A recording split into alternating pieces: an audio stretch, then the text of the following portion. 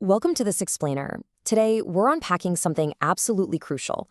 We're going to break down the Wiltshire Parent Carer Council's official response to the Department for Education's Send Reform consultation. The WPCC engaged extensively with families to answer 39 incredibly complex consultation questions, and what we're doing today is distilling all that dense policy feedback into a clear visual format. Whether you're an educator, a policymaker, or a parent navigating these exact systems, my goal is to walk you through this data logically. Why? Because truly understanding what these families are asking for is the very first step to actually fixing the system. So here is our roadmap for the explainer. We've organized the WPCC's response into 6 manageable themes. 1. A system in crisis. 2. Families as equal partners. 3. Rethinking tiers of support. 4. Reforming the workforce. 5. Accountability in real plans. And finally, 6. Preparing for adulthood. Let's dive in. Starting right off with Section 1, a system in crisis. This is the stark reality of SEND. You know, parents use this incredibly striking term to describe their day-to-day reality, a crisis-gated system. Basically, it's a reactive framework where real, practical support mostly just shows up after a child has hit a breaking point or failed within a setting. Parents are telling us they literally have to wait for failure, or they're forced to use a medical diagnosis as a rigid gateway just to get the most basic, fundamental support in a classroom. There's a quote in this response that really hits the nail on the head. It says, "We don't want special treatment. We want our children to have what every child deserves, an education that understands them." I mean, that's incredibly powerful, right? It really anchors the emotional core of this document because it shows that the demands of these families are ultimately so modest and reasonable. They aren't asking for the world, they just want inclusion that actually works. So why do families feel so misunderstood? Well, it's a cascade of systemic failures. We are seeing massive delivery gaps where planned support just vanishes in reality. As we mentioned, that diagnosis acting as a rigid gateway causes agonizing delays. Then you have an absolutely exhausted, overextended workforce. And because of all this, parents end up forced to act as full-time system coordinators, constantly chasing professionals to fill in the gaps. Unsurprisingly, the whole thing culminates in a deep, deep lack of trust due to chronic poor follow-through. Moving on to Section 2, Families as Equal Partners. Let's look at how we capture lived experience. Right now, the reality is that families are largely treated as passive recipients. They're dealing with ignored voices, they're squeezed into rushed daytime meetings, and they are endlessly repeating their child's trauma on form after form. The WPCC's solution here is genuine partnership. That means treating parents as respected experts on their own kids. It means flexible co-production and making decisions that are completely transparent and actually rooted in evidence, rather than just assumptions. And that brings us to a highly practical question that policymakers absolutely have to answer.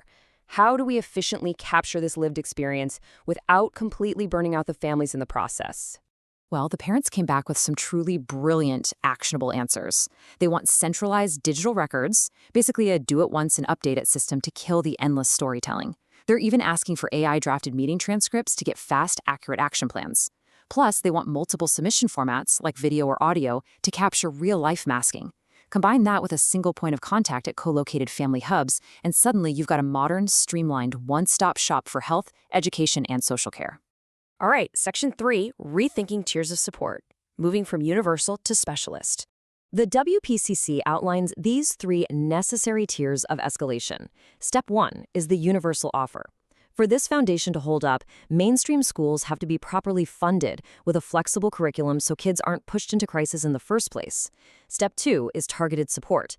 That means smaller classes and early access to specialists. Absolutely no wait-and-see approach here. Step 3 is specialist support, requiring highly trained staff and highly personalized pathways for complex needs. The critical takeaway? If Step 1, the universal offer, is under-resourced, the entire system inevitably collapses right back into crisis management. Speaking of specialist support, the report issues a really stark warning about inclusion bases within mainstream schools. Parents fear that without massive funding and expertly trained staff, these inclusion bases risk just becoming under-resourced exclusion units where incompatible needs get lumped together. They are absolutely adamant. Inclusion bases cannot be a cheap substitute for genuine specialist schools. Those dedicated environments offer highly trained professionals that simply cannot be replicated in a standard mainstream setting. Which takes us to Section 4, Reforming the Workforce. This is all about supporting the educators. What I find truly remarkable about this response is the profound empathy parent carers show for teachers. Just look at this quote. Empathy and responding to human needs, both are very difficult for teachers under pressure from large classes and an inflexible curriculum. Parents get it. They know teachers are trapped too. You can mandate all the neurodiversity training in the world, but if a teacher is swamped in an overcrowded classroom with an inflexible, high-pressure curriculum, they physically do not have the bandwidth to respond to individual human needs. Training alone isn't going to fix a structural capacity problem.